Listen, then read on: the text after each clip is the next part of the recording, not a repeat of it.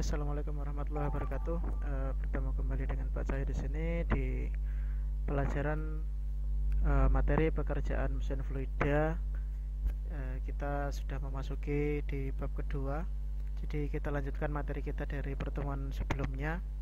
Materi sebelumnya kita sempat membahas katup-katup atau komponen-komponen pneumatik. Banyak komponen-komponen pneumatik, mulai dari nanti ada silinder, acting cylinder, ada valve, ada check valve dan sebagainya. Oke, hari ini kita akan coba untuk membahas valve atau katup atau kran jenis yang pertama dari sistem pneumatik. Jadi yang akan kita bahas hari ini adalah katup kontrol arah atau biasa kita singkat dengan KKA. Jadi kita mulai saja. Oke, yang pertama katup kontrol arah. Katup kontrol arah itu adalah bagian dari sistem pneumatik yang digunakan untuk mempengaruhi jalannya aliran udara. Jadi untuk mengatur aliran, kita mau menyalurkan udara dari A ke B atau dari komponen 1 ke komponen 2 dan seterusnya, itu kita menggunakan katup kontrol arah.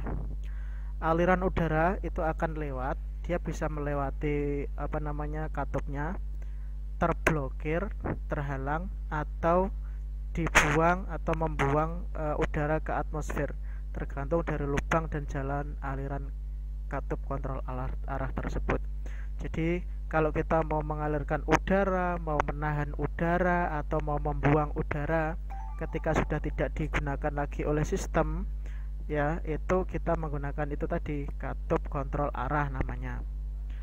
Ya, jadi salah satu fungsinya adalah itu. Terus katup kontrol arah itu digambarkan dengan jumlah lubang dalam dan jumlah kotak. Jadi nanti simbolnya itu ada kotak, disimbolkan dengan kotak. Terus ketika kita lihat realnya itu nanti ada bentuknya, terdapat lubang-lubang seperti yang saya jelaskan kemarin. Jadi misalkan katup dengan kode 4/2, 3/2, 5/3 dan sebagainya. Ya, lubang-lubang tersebut itu menunjukkan saluran-saluran udara dan jumlah kotak menunjukkan jumlah posisi. Nah itu saluran-salurannya dan jumlah kotaknya ini terlihat dari simbol dari katup yang akan digunakan.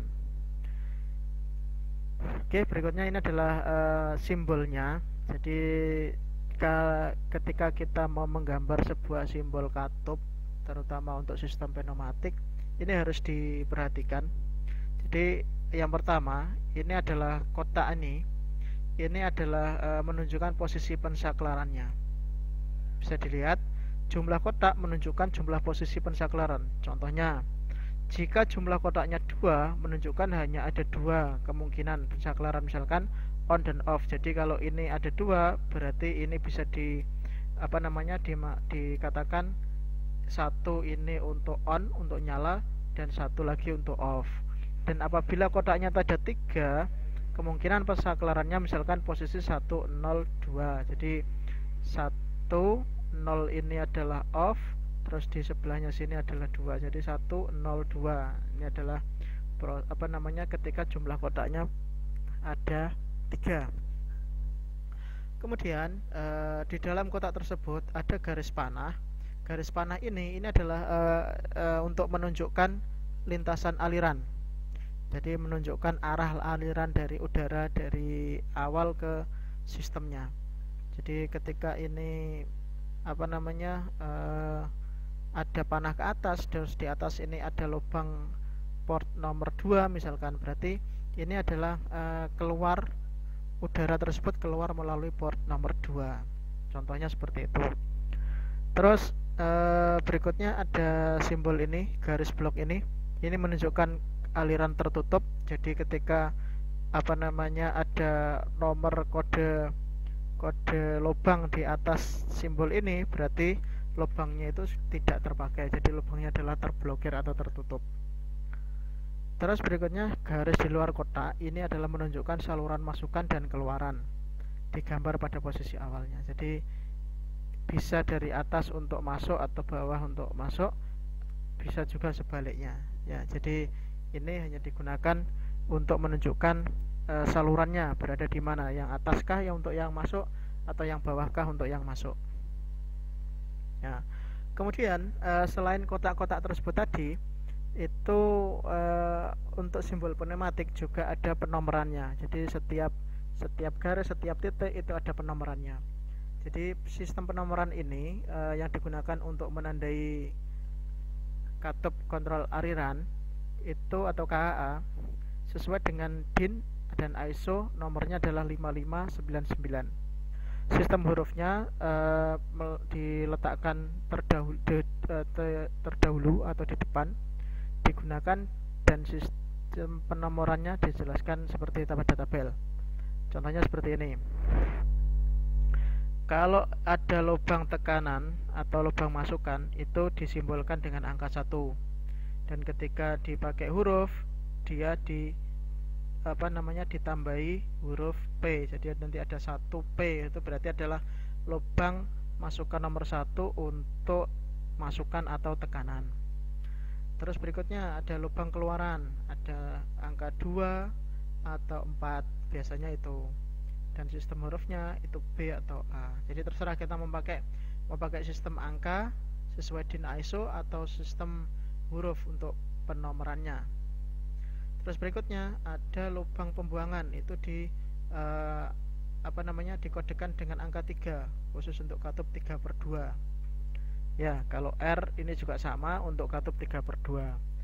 Kemudian untuk katup 5/2 ini ada pembuangan ada di angka 5 dan angka 3. Sedangkan untuk sistem hurufnya itu adalah R dan S. Ini adalah sistem pengaktifan. Nah, ini yang seperti saya jelaskan kemarin.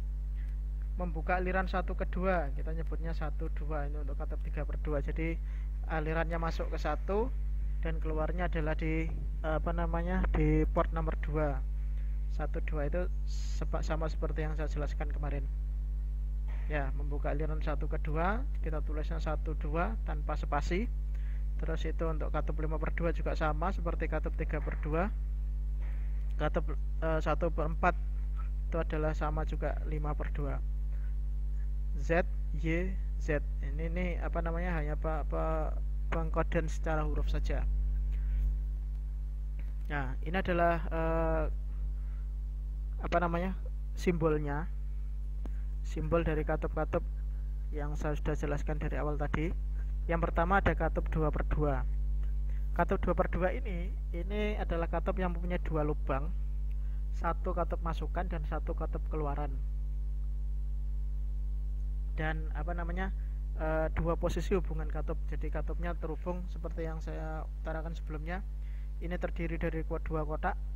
Kotak ini adalah 1 on, 1 off. Jadi lubangnya adalah 1P ini adalah masukan ya. Yang 2A ini adalah keluaran. Lubang keluaran tertutup pada posisi normal tutup, tidak aliran yang keluar, konfigurasi NC. Ya, ini normal close. Jadi ketika ini masuk, ini tertutup, ini adalah konfigurasi normalnya. Posisi terbuka, ada aliran keluar. Jadi ketika posisi terbuka, posisi on ini yang 2A ini akan terbuka. Jadi udara dari yang masuk 1P ini tadi bisa melewati 2A ini tadi.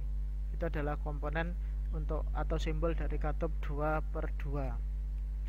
Bentuknya seperti ini. Jadi ini adalah lubangnya 1, 2. Terus ini di tengah sini ini adalah kotak tadi. Kotak ini.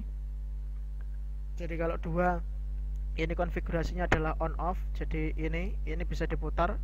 Ketika diputar dia bisa off atau tertutup. Ketika diputar lagi dia bisa on atau terbuka. Jadi udara bisa masuk. Ya, ini kalau ini itunya proses pembukaannya manual. Kalau ini sudah melalui proses elektrik otomasi. Kalau yang ini sama, tipenya sama, adalah katup 2/2. Selanjutnya ada katup 3/2. Katup 3/2 ini tentu saja seperti yang saya utarakan di materi sebelumnya. 3/2 ini adalah jumlah katupnya itu ada 3. Ya, 3 itu terdiri dari apa saja? Ada terdiri dari masukan, keluaran, dan pembuangan. 1, 2, 3. 1 itu masuk, 2 itu keluaran, dan 3 ini adalah rilis, pembuangan. Jadi ketika tekanannya sudah terlalu tinggi, sudah memenuhi standar untuk yang disyaratkan untuk menggerakkan sistem, sisa udara pembuangan ini akan dibuang ke udara oleh lubang nomor 3. Jadi sama seperti yang saya jelaskan di 2/2 tadi. Posisi normalnya tidak ada udara yang keluar, jadi itu posisi normalnya, normal close. Jadi ketika posisi tidak ada udara yang masuk, dia akan tertutup. Tetapi ketika ada posisi udara yang masuk, dia akan terbuka. Jadi NO, NC. NO ini normal open, NC normal close. Jadi itu adalah singkatannya saja. Ini 3/2 ya. Sekali lagi ini adalah jumlah lubangnya 1, 2, 3. Ini ada sama juga 1, 2, 3. Ini juga sama 1, 2, 3 nya di belakangnya, 1, 2, 3 nya juga di belakangnya ya. Jadi ini adalah contoh katup 3/2. Berikutnya ada katup 4/2. 4 lubang, 1 masukan, keluaran, dan 1 pembuangan, dan 2 posisi hubungan katup. Jadi P, A, B. P ini adalah masukan, keluarannya ada 2, A, B, dan R ini adalah pembuangan. Jadi bentuk-bentuknya seperti ini. Ada lubangnya 1, 2, 3, 4. Ini lubangnya ada di samping sini, di belakang ya. Jadi apa namanya, 1 masuk, tetap untuk masukannya tetap 1, tapi keluarannya bisa 2 kalau 4/2 ya. Terus untuk 5/2, ini 5/2 contohnya. Ini 5 lubang, masukan, keluaran, dan 2 pembuangan. Pembuangannya ada 2 ya ini ya. Jadi apa namanya, ini P1, AB ini adalah P ini adalah masukan, AB ini adalah 4A, 2B ini adalah keluarannya, 5R dan 3S ini adalah pembuangan ya. Ini adalah pembuangan. Contohnya seperti ini. Jadi dilihat saja lubangnya ada berapa, 1, 2, 3, 4, 5. 1, 2, 3, 4, 5 ya. Ini juga sama, 1, 2, 3, 4, 5. Ini adalah 5/2. Terus ada katup 3/3, ada 4/3. 3/3 itu mempunyai 3 lubang, masukan, keluaran, dan pembuangan seperti yang kemarin, seperti yang tadi sebelumnya ya. Terus ada 3 posisi hubungan, 1, 2, 3. Jadi 1, 0, 1, 2. On, off, on. Istilahnya seperti itu kalau 3/3 ya. Terus apa namanya, ketika ini pada posisi normal, tidak ada udara yang masuk, ini posisi tengahnya itu adalah tertutup atau off. Kemudian ada katup 4/3, sama seperti yang sebelumnya, sama seperti 4/2. Jadi kalau 4/3 ini lubangnya ada 4, ada masukan, keluaran, dan pembuangan. 3 posisi hubungan katup. Ini sama seperti yang 3/3, 1, 0, 2. Jadi on, off, on ya. Posisi normal, tengah lubang, keluaran sambungan dengan pembuangan. Jadi ini bisa terhubung dengan pembuangan. Jadi bentuk realnya nanti seperti ini hanya contoh produknya saja. Kalau masalah contoh produk ini nanti macam-macam. Jadi di pasaran tidak hanya berbentuk seperti ini, tapi bentuknya juga macam-macam. Tapi yang perlu diketahui tetap kodenya kita ketika mau beli itu sudah terstandar. Kita mau beli, misalkan beli katup 3/3 atau 4/3 gitu, itu sudah apa namanya, sudah terstandar, sudah ada di sana. Cuma bentuknya saja mungkin berbeda. Terus kemudian ini adalah katup 5/3. Jadi sama seperti 5/2 tadi. Cuma di sini 5 ini adalah jumlah lubangnya seperti yang saya utarakan sebelumnya juga. 3 ini adalah jumlah portnya, jumlah hubungan katupnya. 1, 2, 3. Kotaknya ini ada 3 ya. Jadi ada 1, 0, 2, on, off, on. Nah, ini bentuknya, bentuk seperti yang saya utarakan tadi. Ini hanya produknya saja. Di pasaran ada bentuknya yang seperti ini, ada juga yang berbeda. Jadi tergantung nanti macam-macam perkembangan zaman juga mempengaruhi dari bentuknya. Bisa semakin besar, bisa semakin kecil. Itu adalah katup 5/3. Oke, itu untuk materi hari ini. Mulai dari KKA, pengertian katup kontrol arah, terus simbol-simbolnya, terus penomorannya, sampai ini adalah jenis katup 5/3. Oke, untuk hari ini saya rasa cukup. Kalau memang ada yang perlu ditanyakan, monggo bisa langsung ke saya.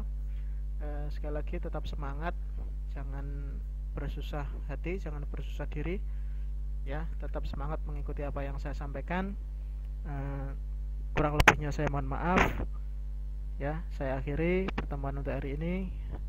Terima kasih atas perhatiannya. Assalamualaikum warahmatullahi wabarakatuh.